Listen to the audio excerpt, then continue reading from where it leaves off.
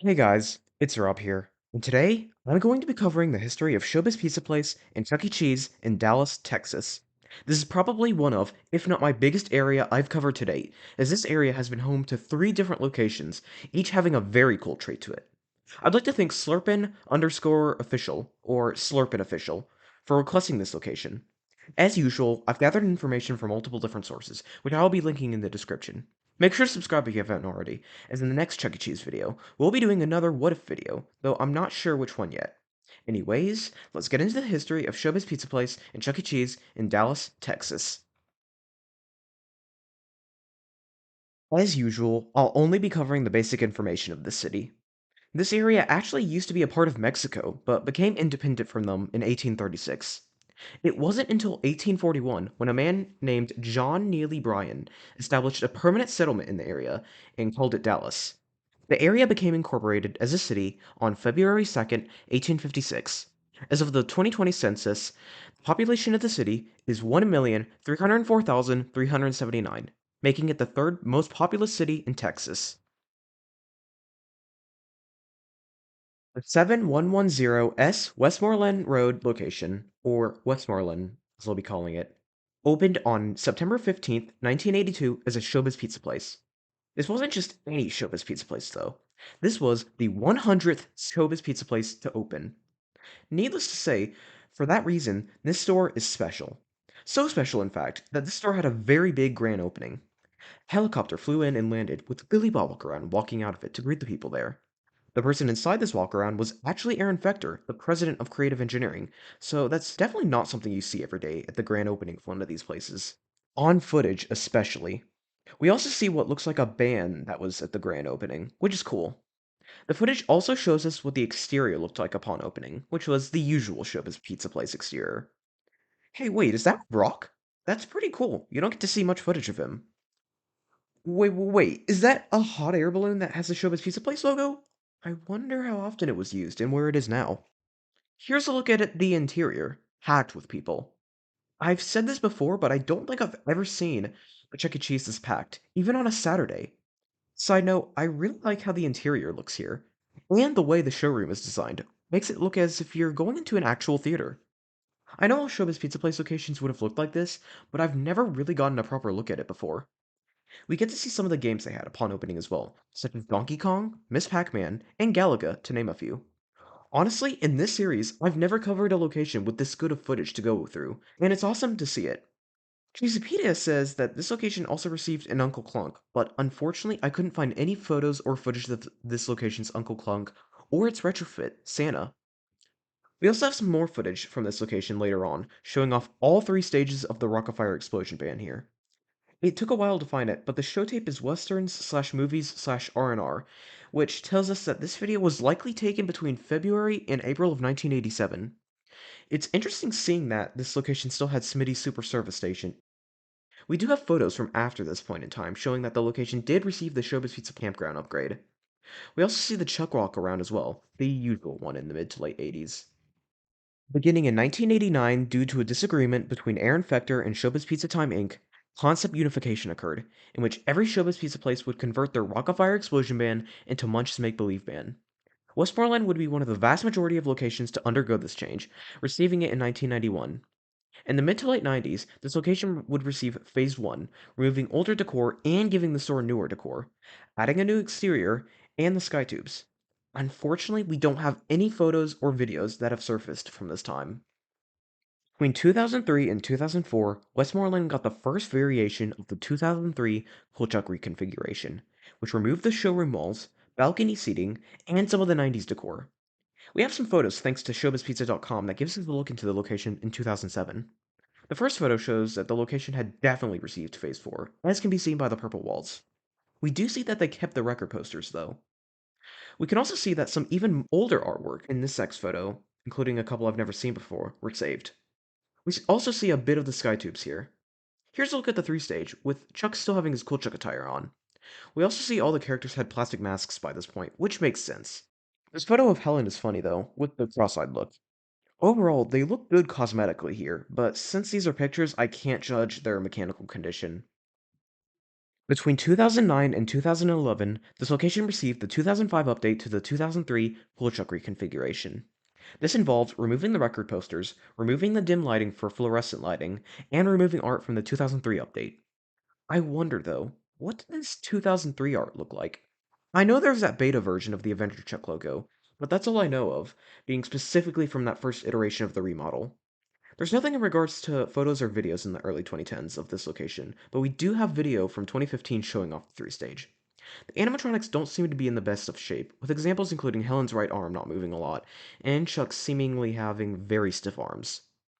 A video from the same person several days later shows another performance of the 3 stage, this time showing us that Jasper is in pretty good shape. I'm honestly surprised to see this much arm movement out of Pasquale too. I also forgot to mention, but Munch Jr. and Pizza Cam were long gone by this point. There's another video from 2017 showing the 40th anniversary of Chuck E. Cheese, and they seem like they're in even worse condition now, with very little movement coming from center stage and Pasquale permanently looking up. Chuck's mouth also appears to be stuck open as well. Store Tour from the same channel, also in 2017, shows off the Phase 4 posters that this location received, as well as some of the games they had during that time. From the looks of it, this location didn't have their sky tubes at this point, meaning they were likely removed at some point before 2017. A video from a few months later confirms this, showing that it's nowhere to be found. A video from the same channel in early 2018 shows off the 3 stage, and showing that it was in better condition than before. That's not saying much though, considering the condition they were in before. Still, it's nice seeing them actually moving more, even if they still have their fair share of issues. A video from 2020 shows the stage during a certain pandemic, with the curtains closed. Honestly, it's pretty cool seeing the curtains at all, as they hadn't been programmed for years and many stores discarded them. I know they're not programmed here, of course, but it's cool seeing them regardless.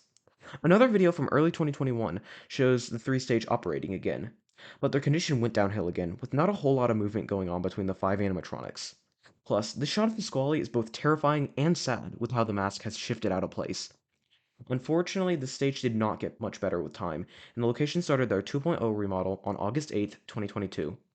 Footage from around this time shows a 3 stage reminiscent in condition to Visalia's 3 stage, with how dead the characters look, and it's sad to see them in this state. In late August, the characters were removed for a 2021 model dance floor. This was the last 3 stage in Texas. As of October 2023, this location still has a 2.0 remodel and still has a 2021 model dance floor. It was honestly sad to see that this location deteriorated over time, from being the 100th Showbiz Pizza Place to then becoming one of the worst 3 stages condition wise. Now being a 2.0 remodeled store, there's not much to talk about with it, and it's unfortunate. So let's move on to the next location. The 13125 Montfort Drive location opened on January 26, 1983 as a Showbiz Pizza Place. Here's a photo of the exterior in the early 80s. On November 28, 1983, something called the Showscan feature was featured at this location, being one of the first locations to do so. It seems to be some sort of 3D glasses type of concept without the 3D vision, according to the video I found out on it. Sort of like the 3DS, maybe.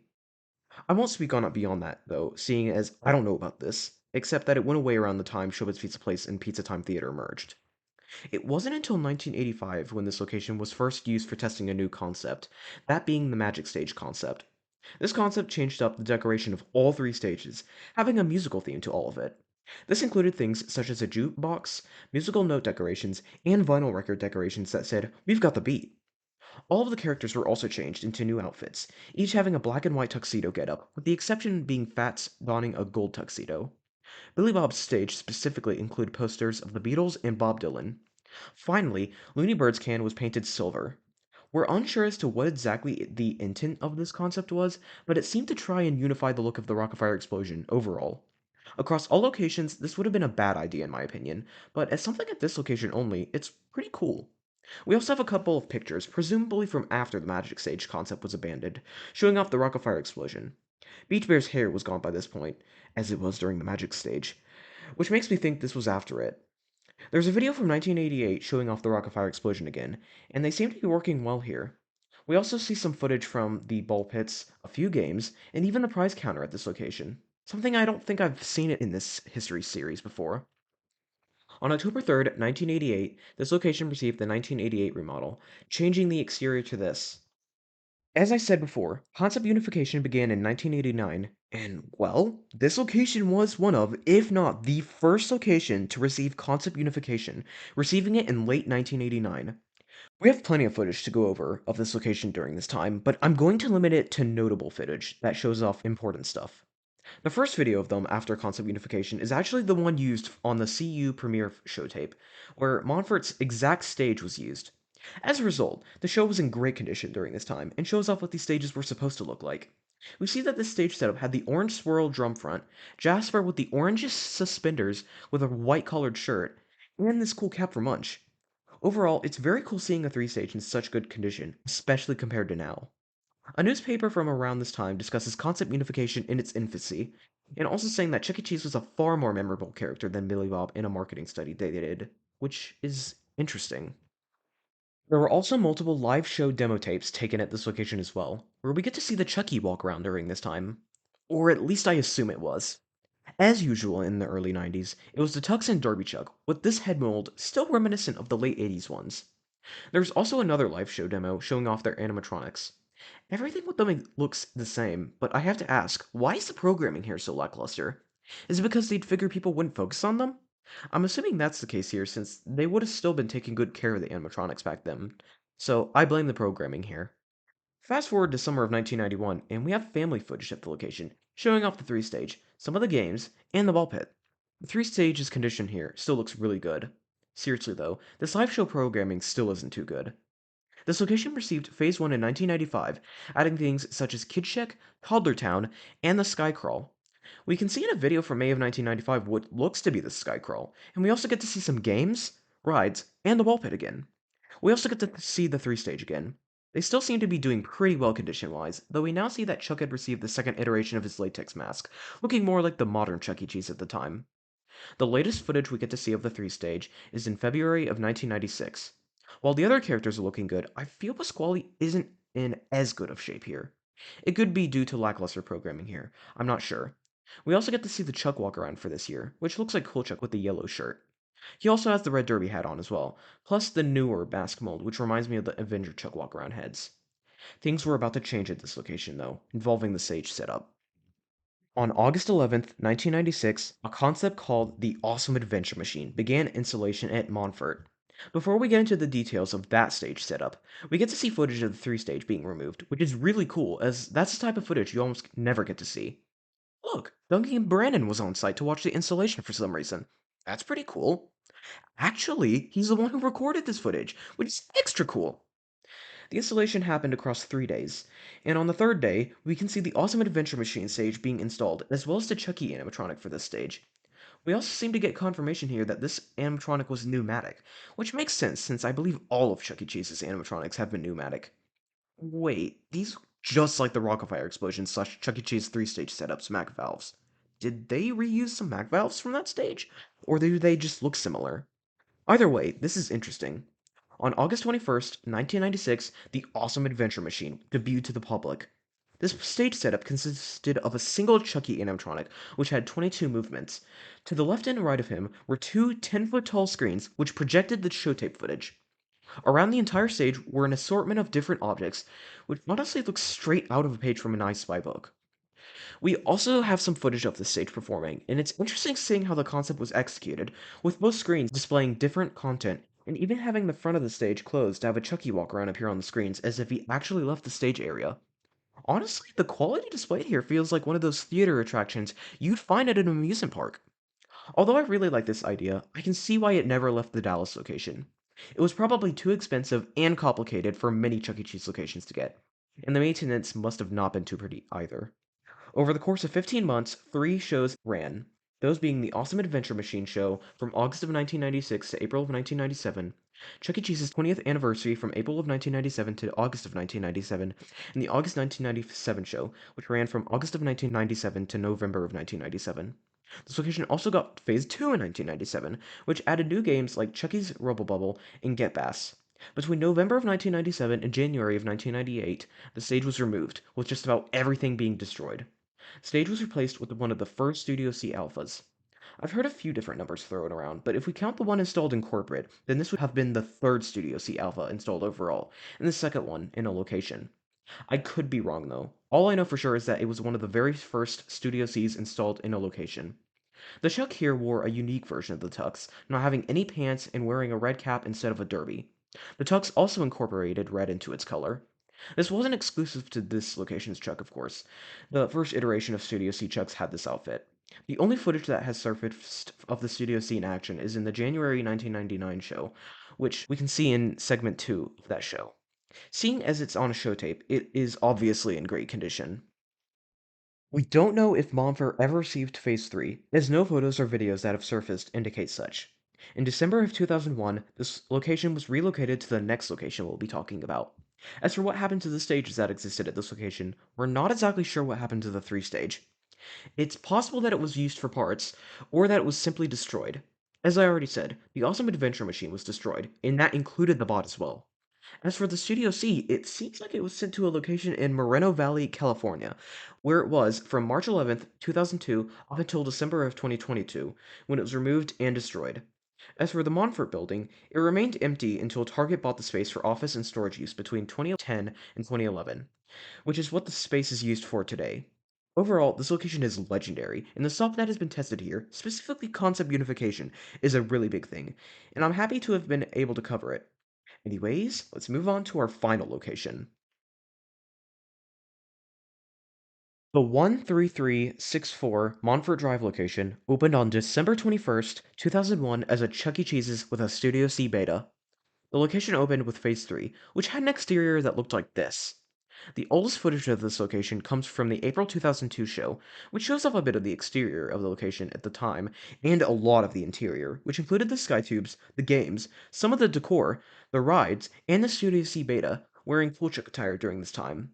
From the little footage we get of it here, it seems like it was working very well at the time. We also see the taller zone, which had quite the tall walls during this time. Also, I'm unsure if this is the location's walk around, but we do get a look at this walk around, which is wearing a red cap and yellow and blue athletic clothes. The location received one of the first Cold Chuck reconfiguration remodels in 2004, which changed the exterior to this, added purple walls, and added new decor. We see more footage of this location from the September 2007 show, showing off the exterior at the time as well as some interior footage. We get to see the games, some of the sky tubes, and the showroom area, plus the Adventure Chuck walk around used during this time. In 2010, the Studio C beta stage would be removed and replaced with a brand new Studio C stage setup, the Star Stage. In fact, this was the only location to ever receive it. The base stage was similar to the ones used before in Studio C stage setups in size, and behind the Chucky bot were 2D backdrops of Singing Flowers and Pasquale, which both had a couple of movements. To the left and right of the stage were windows with screens inside. To the right of the stage was a chair with the line, "You're the star," above it. This was used to take a picture of the birthday star for a birthday and display it on the screens. A video from 2010 shows off the star stage, and the Chuck animatronic works well here. We also get to see the limited movement that 2D props had, though as props, their movement is charming. Honestly, the star stage is pretty cool, and I wouldn't have minded this being the new stage used in future Studio C locations. In 2011, this location was expanded and the kiddie area was moved to the right side, with the skill area also being expanded. Unfortunately, the stage did not go beyond this location, likely due to the extra moving parts being something they didn't want to have to deal with. In August of 2012, this location got rid of the star stage and replaced it with the very first Circles of Light stage.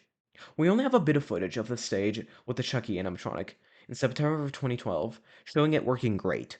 Unfortunately, that same month, the animatronic was removed from the stage, which allowed the walkaround to perform live shows on it. We'll talk about what happened to the animatronic later. For now, let's move on. There was a dance floor installed in this location in 2014, being placed in the arcade for live performances. Unfortunately, there's no footage I could find of this dance floor, only live performances of the Colors of Light show. It wasn't until 2015 that this store got another remodel, this time changing the exterior a bit to have this Rockstar Chuck design, and also having artwork which looked like this. They also repainted the walls as well. This location also tested a laser challenge concept, though I'm not very familiar with it, and it was removed sometime during a certain pandemic in 2020. There were also special types of play tubes tested at this location as well, which still reside there today. In 2019, two windows to the kitchen near the restroom were installed, which gives people a look at the dough making process of the pizza made there. In May of 2023, this location received the 2.0 remodel, adding a 2021 model dance floor into the location and changing the exterior and interior. They didn't remove the circles of light wall though, and instead kept it. On June 22nd, the CEO of Chuck E. Cheese, David McKillips, visited the store, which is kind of cool. As of October 2023, this location still has the 2.0 remodel with the 2021 model dance floor, these play tubes, and the circles of light setup without an animatronic. It's pretty interesting how this location still has a set of play tubes, something I believe every other location in the US has gotten rid of, making this store a one of a kind here in the US. Honestly, this is probably one of the only decent 2.0 stores with unique traits such as keeping the circles of light setup and the play tubes. Overall, there was a lot to talk about with this area, with the Westmoreland location being the 100th Showbiz Pizza Place store, the first Montfort store being the very first store to receive concept unification, the only awesome adventure machine stage, and one of the first Studio Cs, and the second Montfort store having multiple test concepts, including the Star Stage, the Laser Challenge, and the updated playtubes, plus being home to the first Circles of Light stage. Overall, this area was awesome to talk about, and a big part of Chuck E. Cheese's history. Thank you guys for watching my video. The script took a while to write, as there was so much information to go over. It was worth it though, as this area was awesome to talk about. The next video will be my 1000 subscriber special, which is going to be a Q&A and maybe even a special performance from Rolf. We'll see about that latter, as it'll depend on if I can get everything ready in time. If there's a question you want me to answer for the Q&A, please comment your question down below, and make sure to subscribe and ring the notification bell so you're notified when that video drops. Also, I know I'm going to say this in the special, but thank you guys so much for 1,000 subscribers. You guys are amazing. Anyways, I will see you guys in the next video.